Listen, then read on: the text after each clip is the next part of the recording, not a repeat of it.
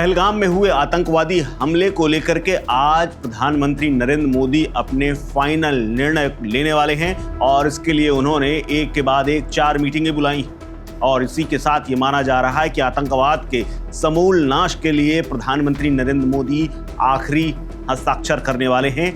इसीलिए पहलगाम आतंकवादी हमले के गुनाहगारों की अब गिनती शुरू हो गई है, जिसका आभास पाकिस्तान तक को हो गया है। इसीलिए वहां के प्रसारण मंत्री ने सामने आकर के कह दिया है कि 3 से 4 दिन अगले बहुत भारी पड़ने वाले हैं। दरअसल भारत ने भी अपने इरादे साफ कर दिए हैं कि आतंकवाद और आतंकवादी दोनों को समूल जड़ों से नाश करना बेहद जरूरी है और इसके लिए भारत सरकार पूरी तरह से तैयार है। मोदी सरकार ने सेना को बाकायदा खुली छूट दे रखी है और अपने आज आधिकारिक फैसलों पर फाइनल मुहर लगाने की पूरी तैयारी कर ली है। दरअसल आज प्रधानमंत्री नरेंद्र मोदी 4 बड़ी बैठक कर रहे हैं।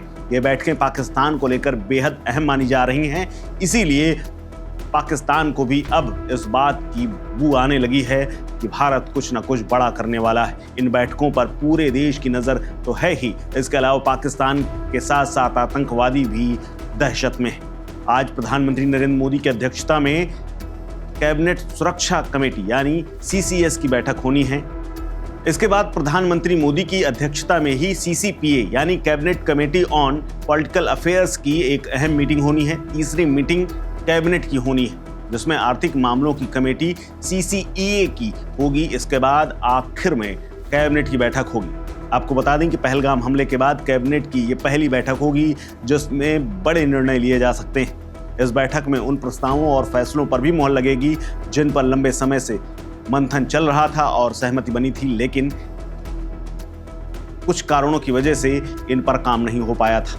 पाकिस्तान को लेकर के भी आज अहम दिन है क्योंकि इन बैठकों में प्रधानमंत्री नरेंद्र मोदी के अलावा रक्षा मंत्री राजनाथ सिंह, गृह मंत्री अमित शाह, केंद्रीय सड़क एवं परिवहन मंत्री नितिन गडकरी, स्वास्थ्य मंत्री JP नड्डा, वित्त मंत्री निर्मला सीतारमण समेत तमाम सदस्य होंगे।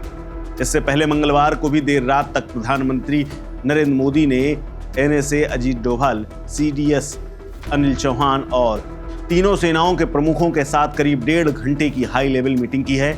इसके अलावा RSS के प्रमुख भी प्रधानमंत्री नरेंद्र मोदी से मीटिंग करने उनके आवास पर पहुंचे थे। सूत्र बताते हैं कि प्रधानमंत्री नरेंद्र मोदी ने आतंकवाद के खिलाफ फाइनल लड़ाई के लिए अब तीनों सेनाओं को छूट दे दी है और आतंकवाद और आतंक को हर हाल में मिटाने का पूरा फरमान तैयार कर लिया है। तीनों सेनाएं जैसे चाहें वैसे देश के दुश्मनों को जवाब दें और उनको जहन्नुम पहुंचाने के लिए पूरी तरह से आजाद है। मतलब यही कि अब दहशतगर्दों और उनके आकाओं के खिलाफ फाइनल निर्णय की लड़ाई का वक्त आ चुका है और भारत क्या करेगा इसके संकेत पहले से ही प्रधानमंत्री नरेंद्र मोदी दे चुके हैं और उन्होंने बयान में भी साफ कर दिया था कि अब ऐसा नहीं चलेगा जैसा चलता आ रहा है।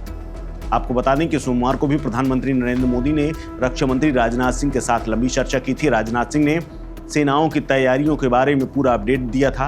राजनाथ ने सेना प्रमुख से पहलगाम को लेकर के अपडेट लिया था और PM नरेंद्र मोदी को पूरी जानकारी दी थी। PM मोदी ने 23 अप्रैल को CCS की बैठक भी की थी और पहलगाम पर सारी जानकारी लेने के बाद जरूरी निर्देश भी दिए थे। अब आज प्रधानमंत्री नरेंद्र मोदी 4 बैठक करने वाले हैं और पहली बैठक शुरू होने वाली है। सुरक्षा मामलों पर बनी कैबिनेट कमेटी यानी CCS की होगी और इस बैठक के बाद प्रधानमंत्री मोदी लगातार एक के बाद एक 4 बैठकें करेंगे। माना जा रहा है कि प्रधानमंत्री नरेंद्र मोदी पाकिस्तान को लेकर के रणनीति पर बैठकों में फाइनल मुहर लगाएंगे। इसका संकेत प्रधानमंत्री दे चुके हैं। आपको बता दें कि प्रधानमंत्री मोदी ने स्पष्ट कहा था कि आतंकवादियों को अब मिट्टी में मिलाने का समय आ गया है और इसीलिए मंगलवार को ही तीनों सेनाओं साथ ही CDS और आर्मी चीफ से भी बैठक कर ली।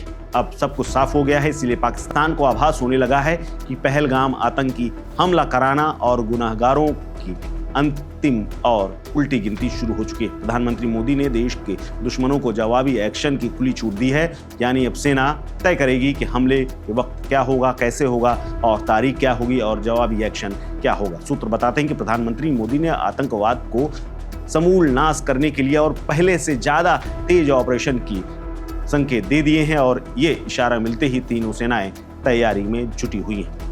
आपको बता दें कि 22 अप्रैल को आतंकवादियों ने हमला किया था और टूरिस्ट स्पॉट पहलगाम में 26 टूरिस्टों को गोलियां मार दी थी और 16 पर्यटक अभी भी घायल हैं और अस्पताल में भर्ती हैं। इस खबर में फिलहाल इतना ही। अपडेट्स के लिए बने रहिए वन इंडिया हिंदी के साथ। नमस्कार। Subscribe to One India and never miss an update.